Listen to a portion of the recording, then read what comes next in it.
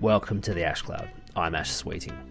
There's a huge amount we can learn from Brazil's transition from being a net food importer to one of the world's largest food exporters over the last 50 years. This transition's involved the challenges of driving further increases in productivity, with preserving wilderness areas, restoring degraded lands. And it shouldn't be forgotten that Brazil's a huge country with a very diverse farming sector. Today we are joined by Bruno Brazil, the Director of Sustainable Production and Irrigation at the Brazilian Ministry of Agriculture and Livestock, where he coordinates the sectoral plan for adaptation to climate change and low carbon emission agriculture.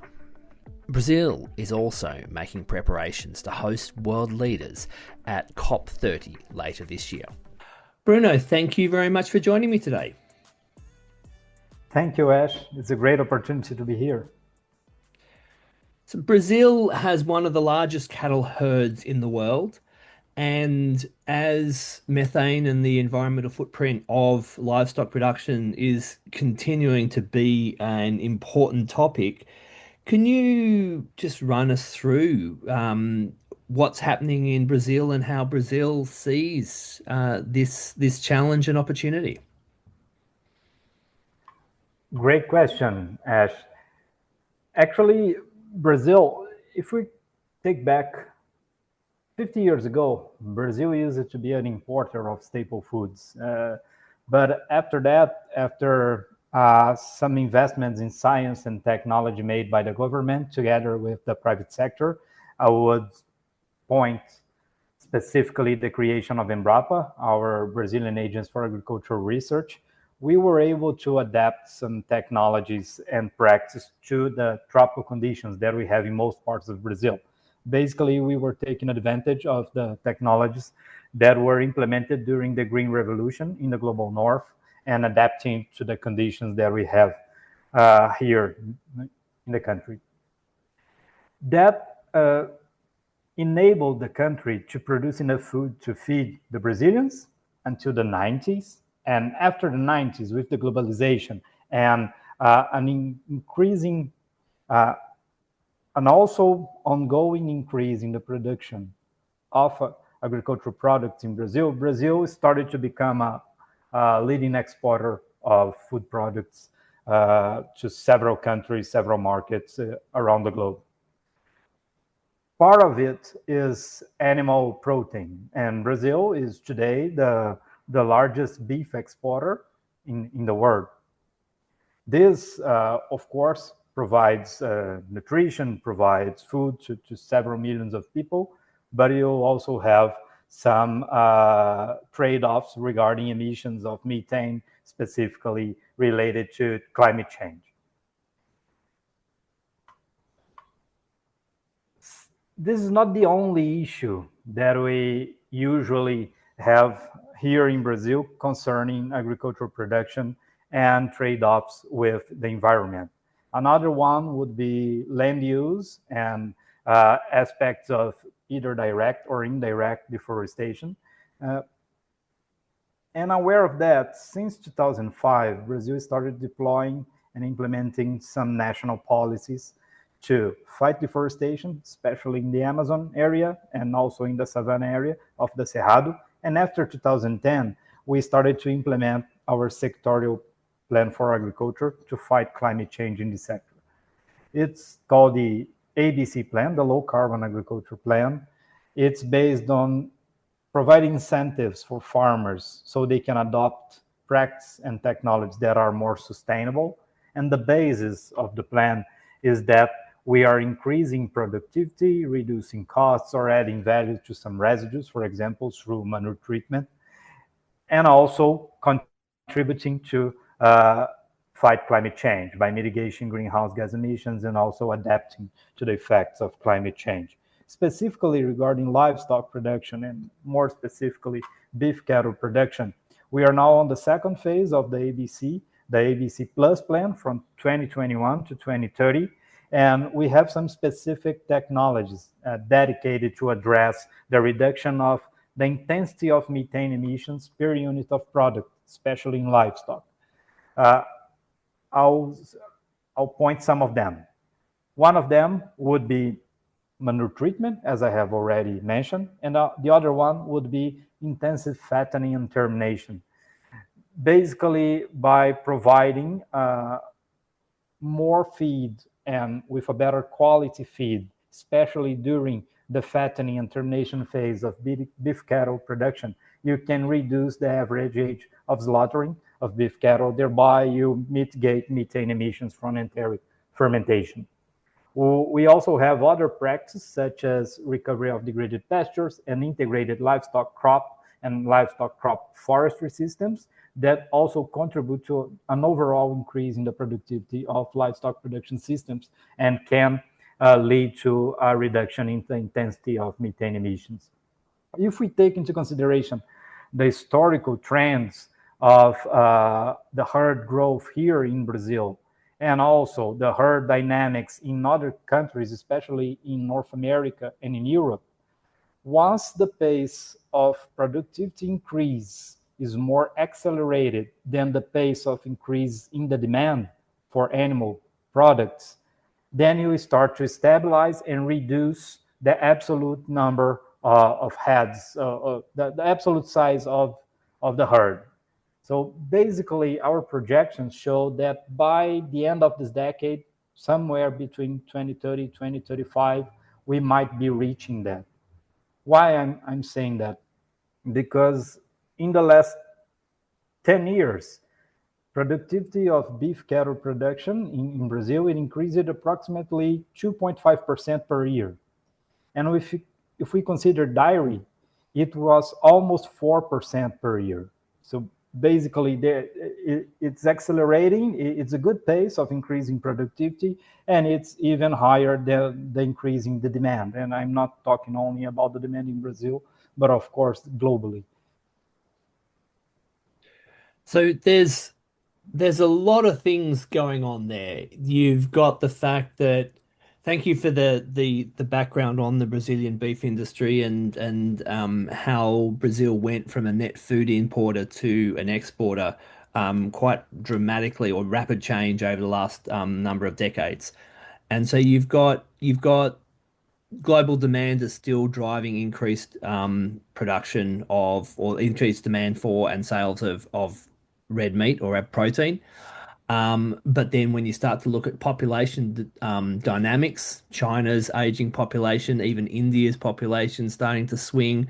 Not that they eat a lot of meat, but then and then North American and European populations are also starting to swing. That's where you've got those changes in demand and what forecast growth is looking like.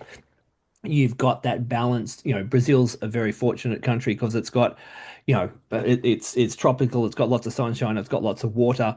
So the ability to grow a lot of agricultural products is huge, but then you've got that balance between deforestation and biodiversity and how much land you need to keep in forestry and in native lands compared to how much you can change.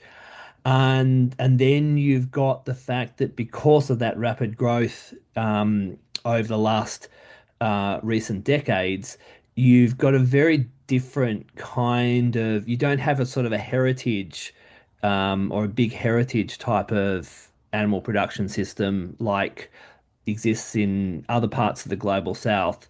You've got so much technology that's been imported from the global north. So you have the ability to change and adapt probably at a much faster scale than many other countries in the global south.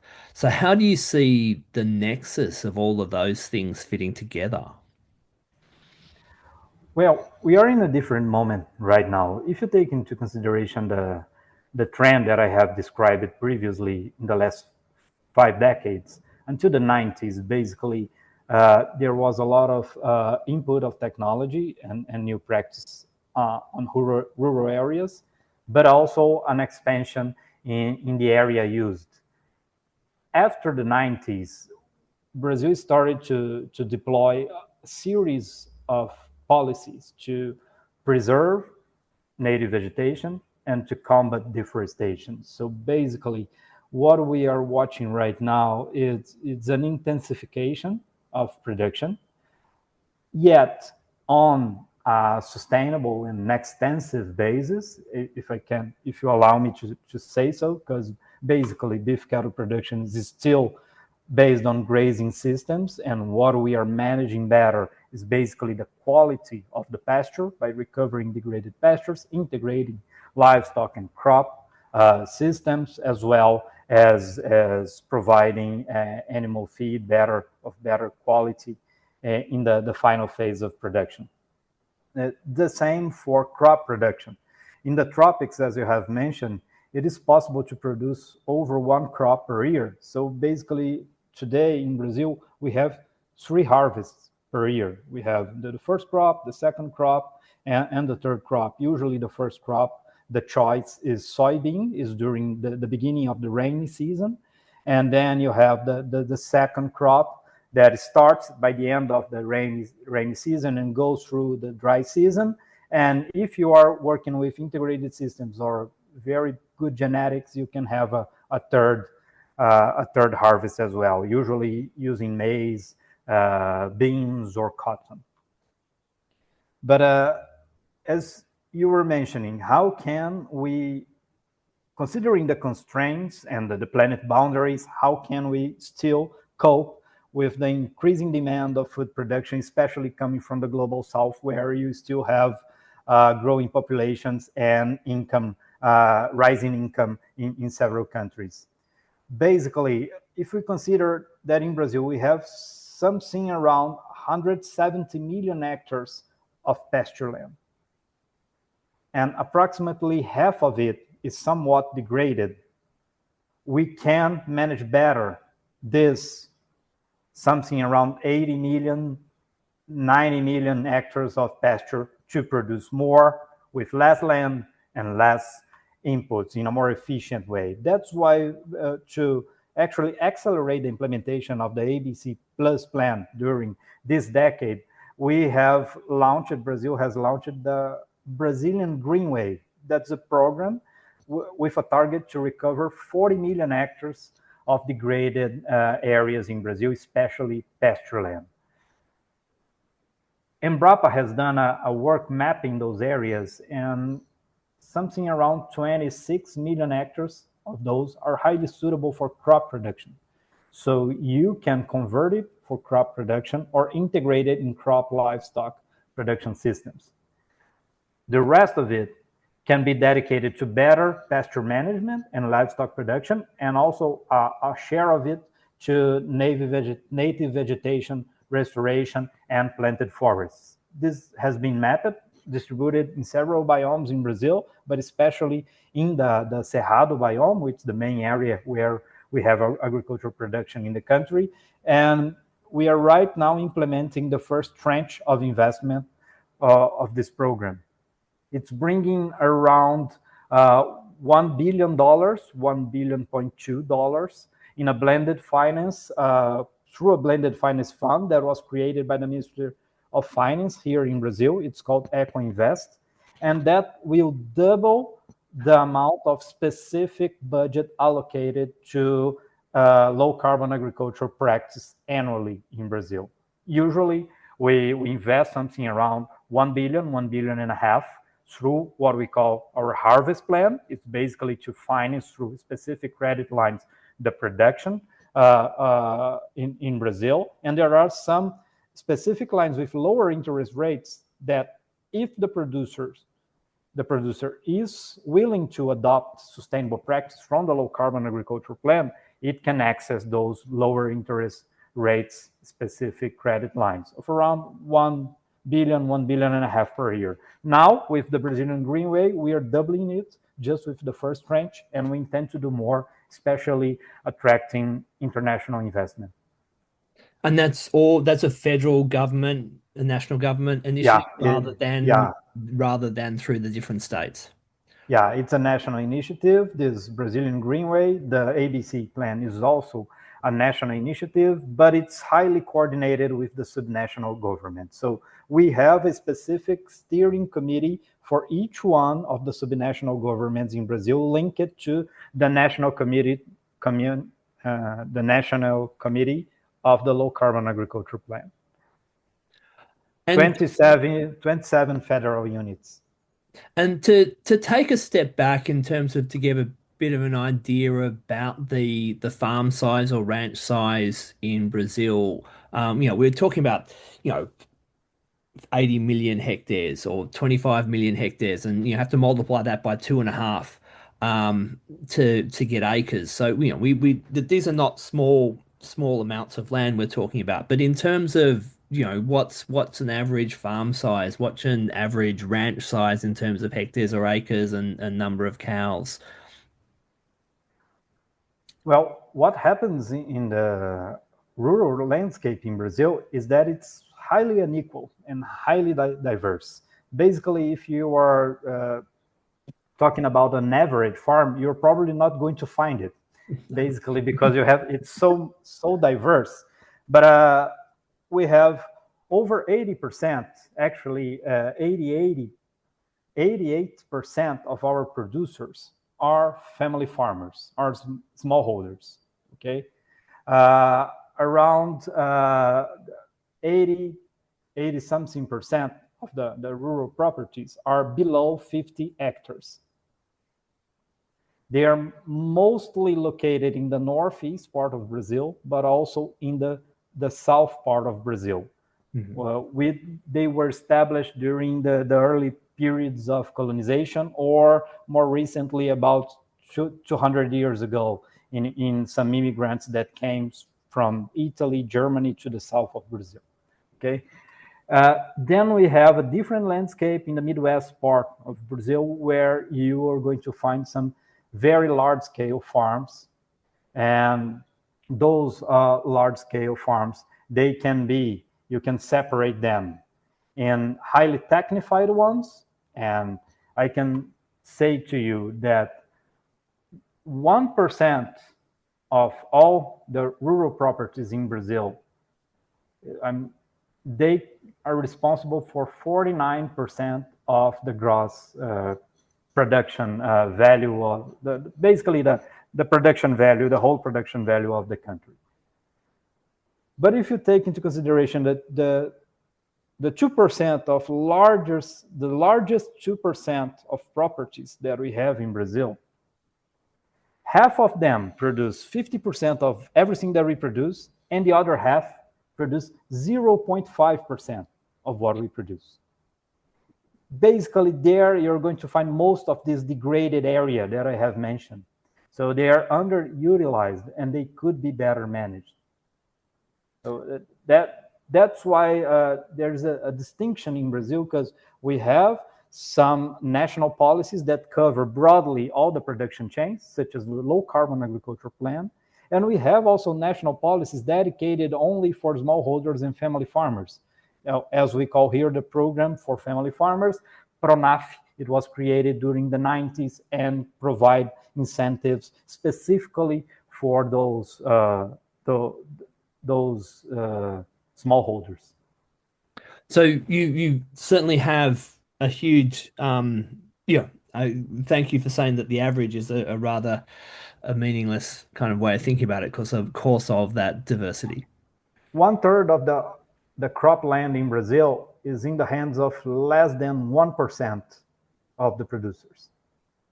So my next question was, in the direction of, what's needed in terms of, technology, capacity, financing, etc., or research. But that needs to also be filtered through those different lenses to the different parts or the different size operations out there. So what is needed, for the different areas in terms of to address the biggest challenges they have?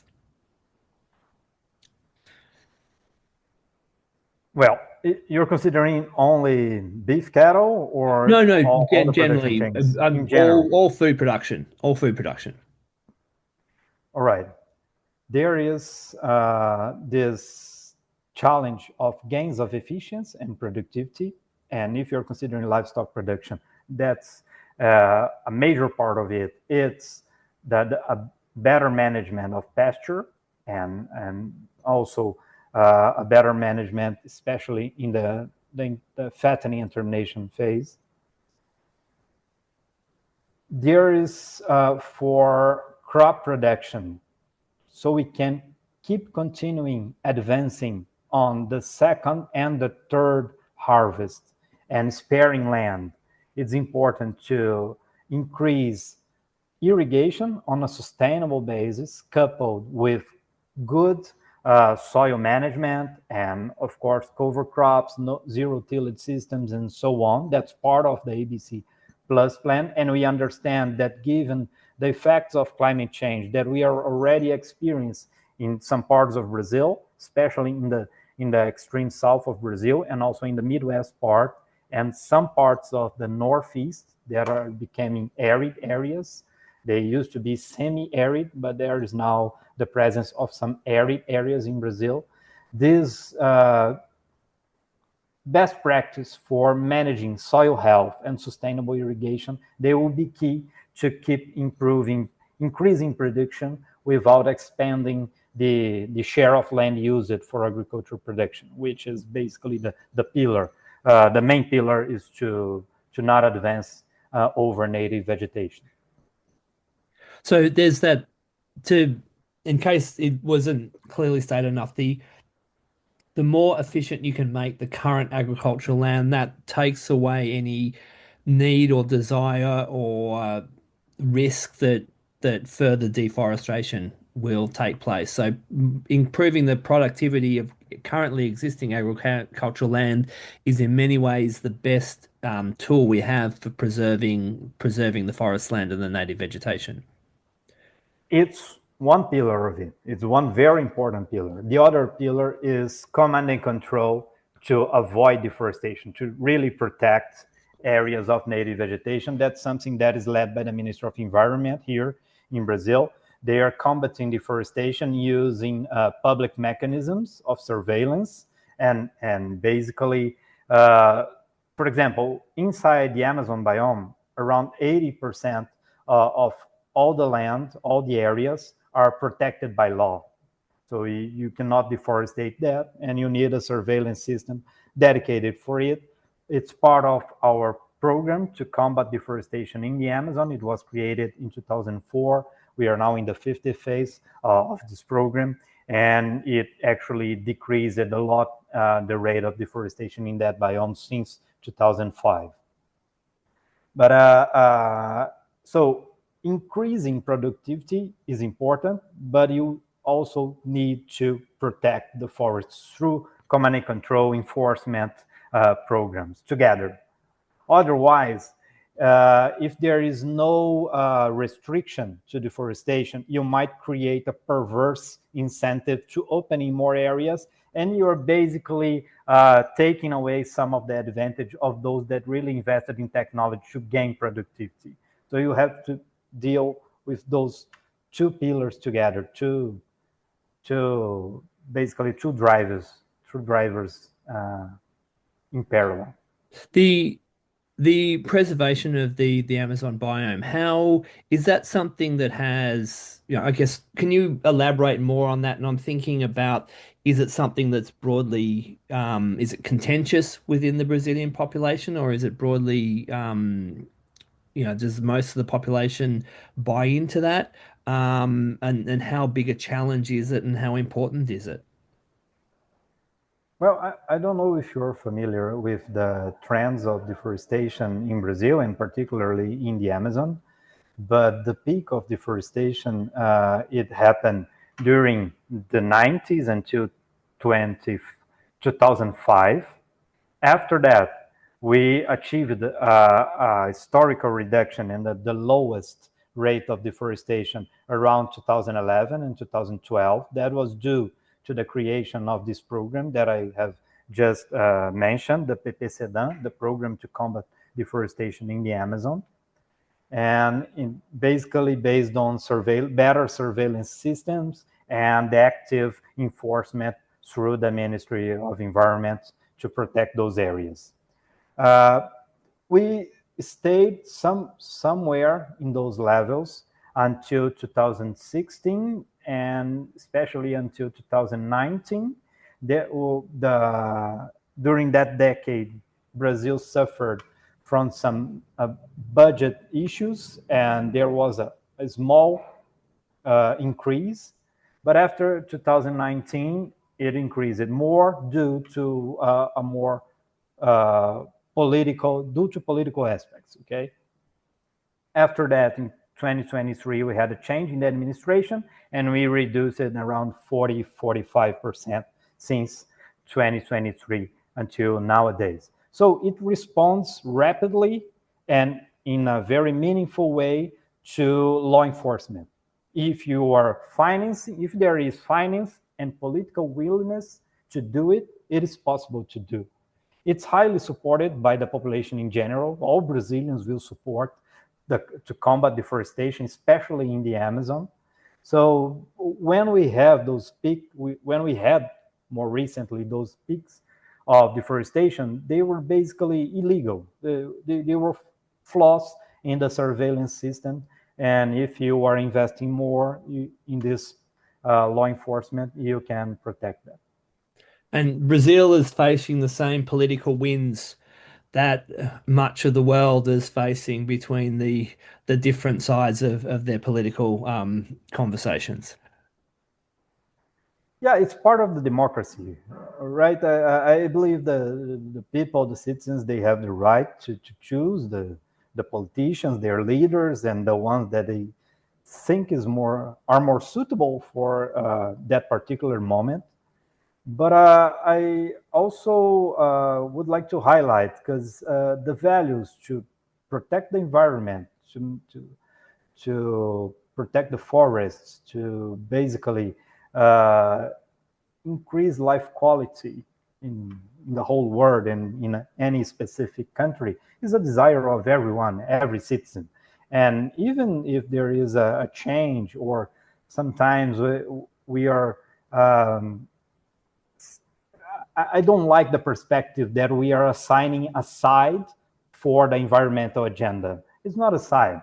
It's part of ourselves. It's something that we must take care, and it's part of our work here in the planet to basically live well and live well with everything and everybody that's surrounding us. So even though there might be some extremes, and we are experiencing that in several countries, especially democratic countries from the West more recently, I understand that the trend is still on a good path, although we really need to accelerate that. It's pointing to a better direction, but we must move faster. In terms of the impacts of climate change on Brazil, you mentioned, up in the northeast and down in the south, and semi-arid areas being turned into arid areas.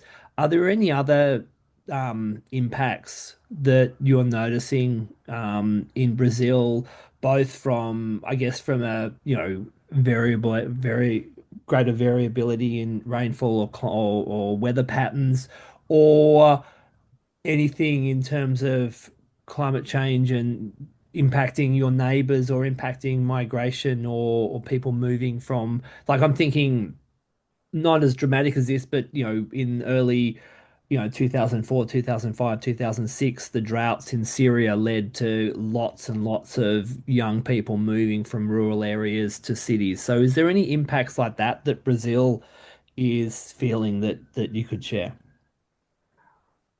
Well, around 80% of the impact and the crop losses that we have due to climate change in Brazil are due to drought, basically water scarcity. It can be something specific for 1 year, or can be something that is more endemic, such as we have in the semi-arid area in the northeast of Brazil. We are still not observing large migratory movements, but they might start to appear. I'll give you an example. In the extreme south of Brazil, we have the state of Rio Grande do Sul.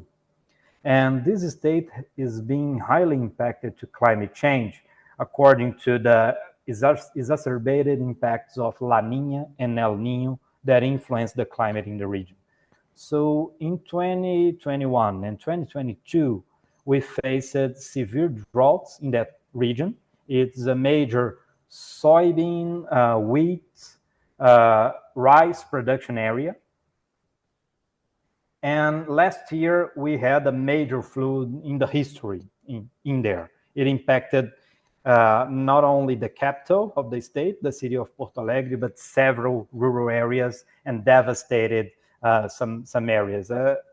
That led to some farmers abandoning the activity and moving to other states. But it's still not really a large movement. There are the state government and the national government are working together very hard to basically rebuild the state and to provide technical assistance and to provide finance to the farmers so they can continue with their activities. And hopefully this will not become so frequent in that region that we really experience this change. But if you take into consideration the history of Brazil, during the 60s until the 90s, we had a major migration from people from rural areas in the northeast of Brazil, the semi-arid region, to the southeast part, especially to the state of São Paulo, where we have most of our industries and it's the financial center of the country. That has changed. This week, we have received the updated data from the national census, and this movement has basically decreased a lot in the last decade. We are not observing anymore. There are more people moving away from São Paulo, especially the capital, than coming there nowadays. But those are the impact that we might start to see again. I wouldn't be surprised if we start to see that again. And obviously that will then depend on where you have the greatest impacts and people's livelihoods and lifestyles are interrupted. Back to the cattle side of things. What do you see? I guess there's two things. There's one is, you get the conversation in the broad press about what the big issues are, and then you speak to farmers or researchers, and they'll probably have a different set of big issues than what you hear in the press. So do you want to talk about, how you see those different challenges? What are the ones in the public conversation, and what farmers are saying, and how they align together? Well, first of all, the two things that is important to consider. When we are talking about climate change, we are talking about energy transition and phasing away from fossil fuels. That's the main point. Otherwise, if we do not do that, anything else that we do, it will not be enough. The second one, if you are implementing some change in the agricultural sector, agricultural, livestock, and so on, you must bring farmers and ranchers as your allies. Okay, they should not be considered enemies or something that you are basically fighting against them or against their activities or their livelihoods. You never get them on board if you are taking this approach. They can be part of the solution, and you're going to find a big share of farmers and ranchers willing to adopt sustainable practice, as long as they are synergic with their activity, with their livelihoods, with their business. Okay, that's why when I mentioned why we were designing the low carbon agriculture plan and the set of interventions that we would finance, they need to provide for farmers and ranchers a benefit in terms of productivity increase, cost reduction, or adding value to any residue that they might have. If you are taking this approach, you might have them on board, providing specific incentives, and of course combating some bad practices, as I have mentioned, such as illegal deforestation. I have mentioned before.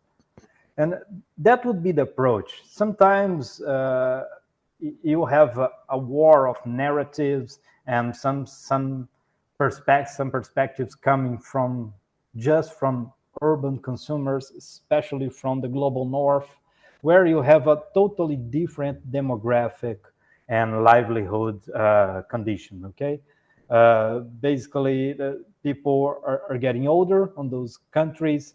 The population is stabilized or declining by at least 20 years, and you are in a high income country.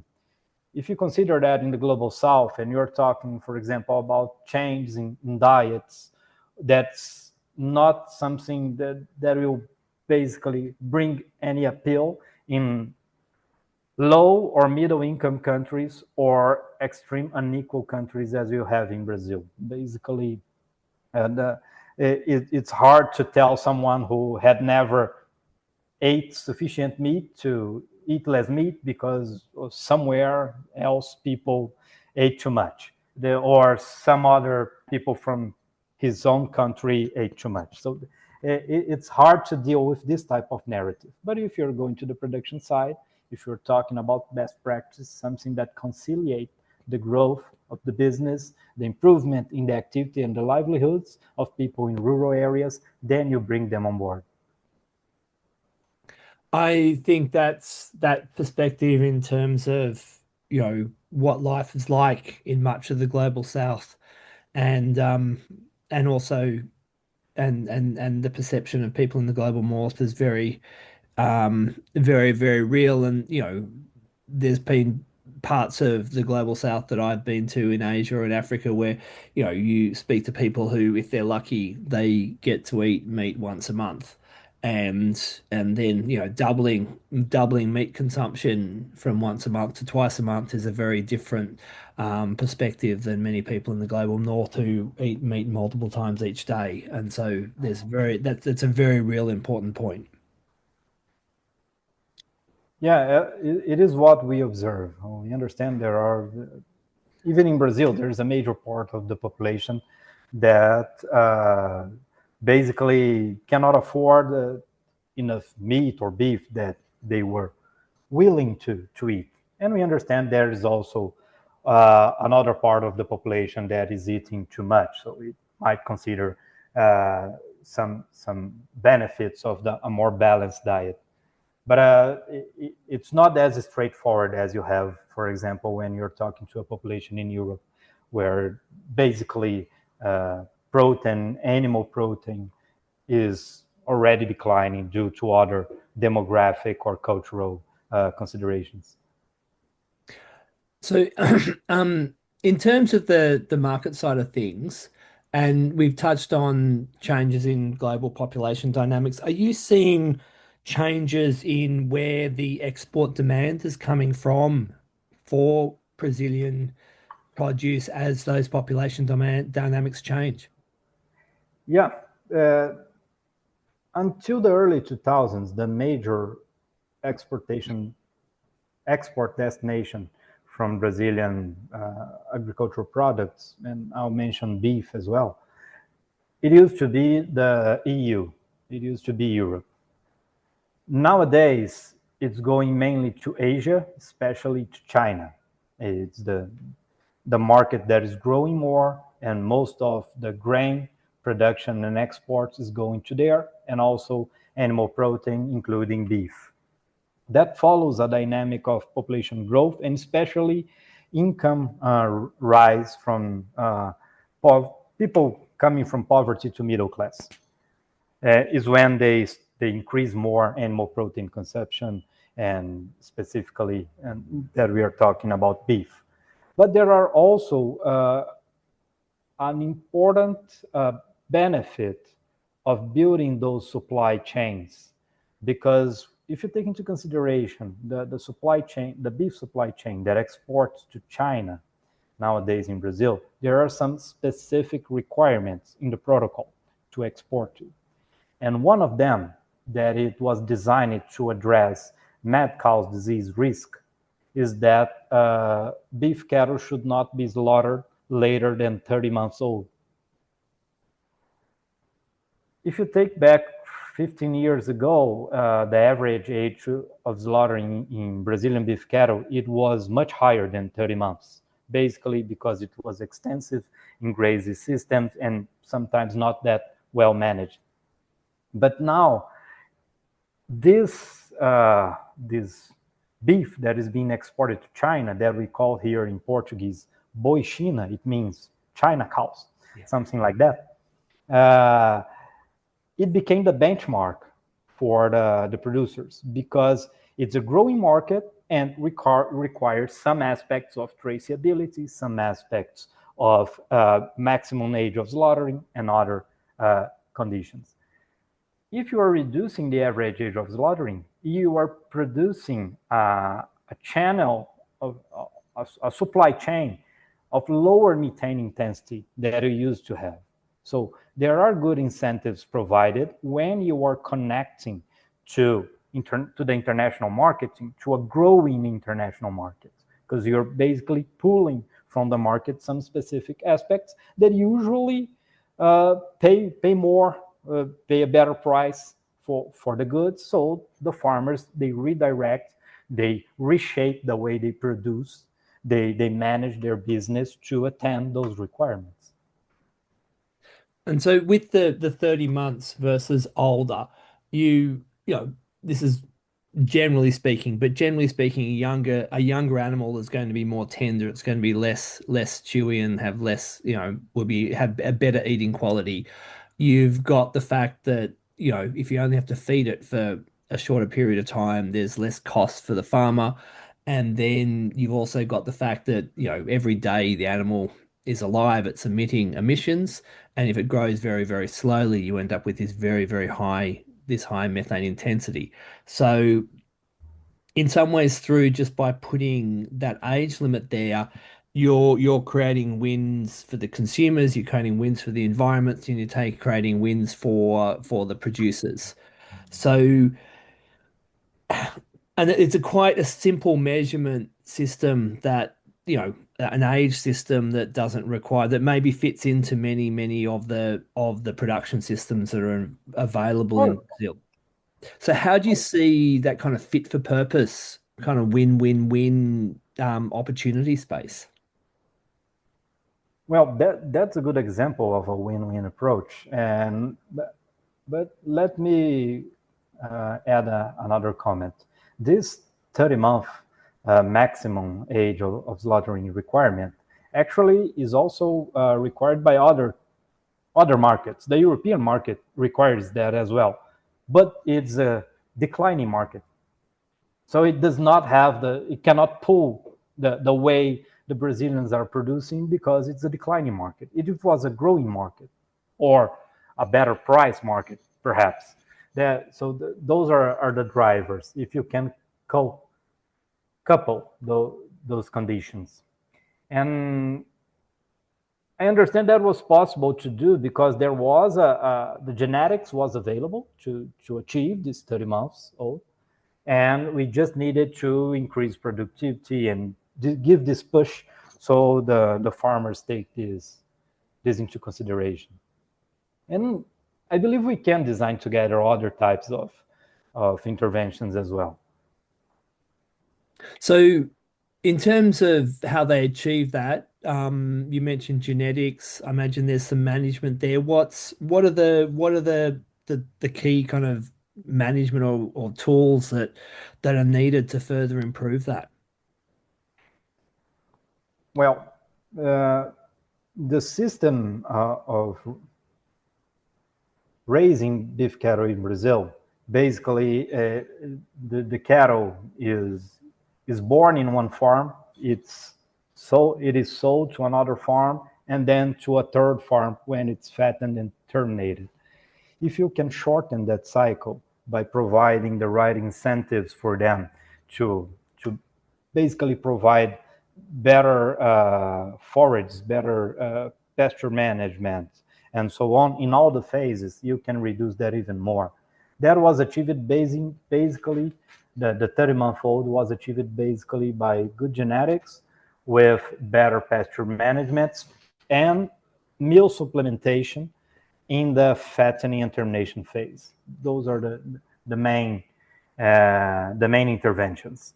It can be done on pasture. That's the most usual way to do it. You just bring the meals in parts of the pasture, and the animals can feed on them, or you can confine them in feedlots in this final phase of production. Usually 60 days, 90 to 60 days, they stay in this final phase of production. But there are other interventions, especially during the early phase, that we could increase the adoption of best practice and thereby reduce this average age of slaughtering. And in terms of those management techniques, the genetics, are they largely developed internally in Brazil, either through collaboration with Embrapa or by private companies, or is that something that you're importing from elsewhere in the world? No, it's both Embrapa and private sector. It's something well established nowadays. We did import genetics. So, during the 1500s, the Europeans, especially the Portuguese, brought here cattle. It's not native from South America. But the European breeds, they suffer a lot from the heat stress that we have, and the ticks that are broadly, they infest the Midwest part of the country and several areas. Then, during the late 19th century, we imported cattle, zebu cattle from India. And that was a game changer, because although they were actually traction animals, they were dedicated to rural labor and not for production, we managed to mix those genetics and start to produce some beef cattle breeds that could be adapted to the conditions that we have in the Midwest part of the country. The main one is a breed called Nelore. It's a zebu breed from both Indicus, and now it's more mixed with also Angus breeds that come from both Taurus European breeds. So you have a mix, a prevalence of Zebuin breeds for beef cattle, but also an integration of breeds of European breeds that bring them aspects, better characteristics for production. The same for dairy cattle. It's a mix of Holstein with Gyr, which is a zebu breed also. And those are the main breeds used in Brazil. They were well established in the last 5 decades. So since the 2000s, you have a very well connected and a robust breeding system here in Brazil, together with especially Embrapa, some universities, and the private sector. So some strong associations for zebu cattle, for Gyr cattle, and so on. Everyone who I've ever spoken to about agriculture in Brazil has pretty much everyone has commented on Embrapa and how big an impact that organization has had. I've never been to Brazil, so I'm speaking from what I've been told, but it seems to have been more impactful than many departments of ag in other parts of the world, from what I've heard. So, do you want to tell us a bit more about Embrapa and the history and what they've achieved? Yeah, it will be a pleasure. I'm actually a researcher from Embrapa. It's been just 2 years that I moved to the Ministry of Agriculture. And it's part of the history, not only of Embrapa, but the country. So if we have a successful trajectory in the agricultural sector in Brazil in the last 50 years, part of it is due to the creation and the work of Embrapa. And I believe it was created as a public, 100% public agency, but not directly linked to the government. It's what we call indirect public management. So it's an independent agency linked to the government that gives them a longer perspective of for their strategic planning and their breeding programs and so on. It was also established in a highly distributed structure across Brazil. We have 43 R&D units of Embrapa distributed in basically 25 of the 27 states of Brazil, federative units of Brazil. That really, and they are not located in capitals. They are mostly in rural areas nearby the producers, and they are mission oriented. So you have one unit dedicated to research in rice and beans, one unit dedicated to soybeans, one unit dedicated to beef cattle. So they were really close to the producers, to the productive chain, and took advantage of a major movement done by the government that was to move the capital from Rio de Janeiro to the city where I am right now today, the city of Brasilia. Brasilia is basically the middle of the country. It is set the middle of the country, and the population in Brazil, it was since the 1500s, it was basically concentrated by the Atlantic coast and by the southeast part, and they wanted to move to the Midwest part and to the north of Brazil to populate there due to security reasons, okay? And they felt that moving the capital from Rio, which is by the coast, to the middle of the country, it would also be safer to have a federal capital there. But if you're going to move the capital of the country and moving people to this part, you should produce food. And there wasn't any technology available to produce in the conditions that we have in the Midwest part of the country during the 60s. Basically, it's a tropical region. The soils are chemically poor, they are acidic, they are high in aluminum. You have a very concentrated rainy season and a very concentrated dry season. So you have to have the right genetics to work on that, and also work with irrigation and other types of systems. So by creating Embrapa, incentivizing producers from moving to the south parts of Brazil, to the Midwest part, to be assisted by Embrapa, and especially during the 70s and the 80s, the early days of the creation of Embrapa, it was created in the early 70s, in 1973. Brazil sent abroad over 2,000 researchers to got their PhDs, because basically we just had a few, if any, PhD program for agricultural sciences. And most of them went to North America, to the US, and a huge part also went to Europe. There they learned about the Green Revolution technologies, and since they were permanent staff of Embrapa, they had to bring back that knowledge and adapt it to the local conditions. I believe that was the key, because this type of capacity building that was implemented in the country allowed us to create, from the 90s on, several PhD programs for agricultural science that are now broadly recognized for excellence worldwide. And this is part of the work that Embrapa has done. So working closely with the producers, taking advantage of a huge governmental move to populate the Midwest part, and capacity building, learning from the global North Green Revolution and adapting it to the tropics. Wonderful. Thank you very much for that. I had a person in my team when I was working for the Abu Dhabi government who was Brazilian, and they had done their PhD at Oxford, and all through that whole, and I learned from them a lot about what was going on in Brazil and that whole thing with Embrapa. So that combination of the investment, the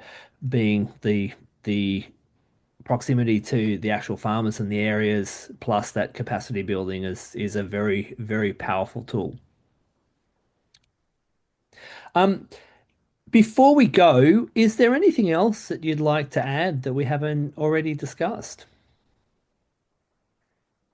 Well, I would just like to highlight that we are in a very exciting moment here in Brazil. We are preparing the arrangements for COP30, all the discussions domestically and internationally They are very vibrant.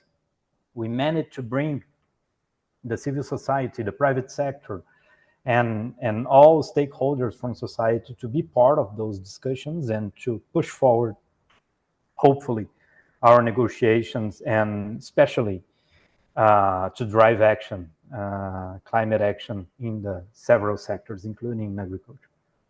Is there anything else you can share us about the COP30, the priorities, or anything else you can share with us about? Well, the priorities, Ash, that's a good question. This COP30 should be a landmark to move the UNFCCC mandate from negotiations to implementation. We just a couple of weeks ago during the Bonn meetings, the COP presidency released its fourth letter, and it's dedicated to a new design for the action agenda. Basically, connecting all the action agenda with the outcomes from the negotiations, specifically from the first global stocktake that was negotiated 2 years ago at COP28 in Dubai, and bringing in a global collective action, a mutirão, the word in Portuguese, all the initiatives that were created in previous years. We have over 400 of them to really showcase the results they have achieved so far, how we can together accelerate and scale up those results. And specifically for agriculture and food systems, we have three priorities that were established. So the first one is land restoration and sustainable agriculture. The second one is adaptation, resilience in production systems. And the third one is about access to food and nutrition for all. So the specifics you're going to find in the presentations made by the COP presidency. And we, from the Ministry of Agriculture and Livestock here in Brazil, we are leading the initiatives, bringing together all the initiatives dedicated to land restoration and sustainable agriculture. We understand that's a broad issue that we have that connects the three conventions, the Convention to Combat Desertification, the Convention of Biodiversity, and UNFCCC. And if we can accelerate action and better manage those degraded areas for restoration, for production purpose, then we are going to have several benefits for the climate and the environment, as well as food security. That's a possible pathway, we understand, for the whole world, especially for the Global South, which is the focus that we are talking here since the beginning, as you have mentioned, is where we face some challenges regarding population growth, rising income, and of course the sustainability of food systems as a whole. Bruno, thank you very much for joining me. Obrigado. De nada. It's a pleasure, Ash. Thank you very much. And if you need any more assistance, if I can be helpful in any other way, just reach me, just tell me. Okay. Thank you for listening to the Ash Cloud. Please subscribe to Ash Cloud if you've enjoyed this podcast, where I will continue to discuss food sustainability with guests who bring a deep understanding of the environmental, political, and cultural challenges facing our society and creative ideas on how to address them.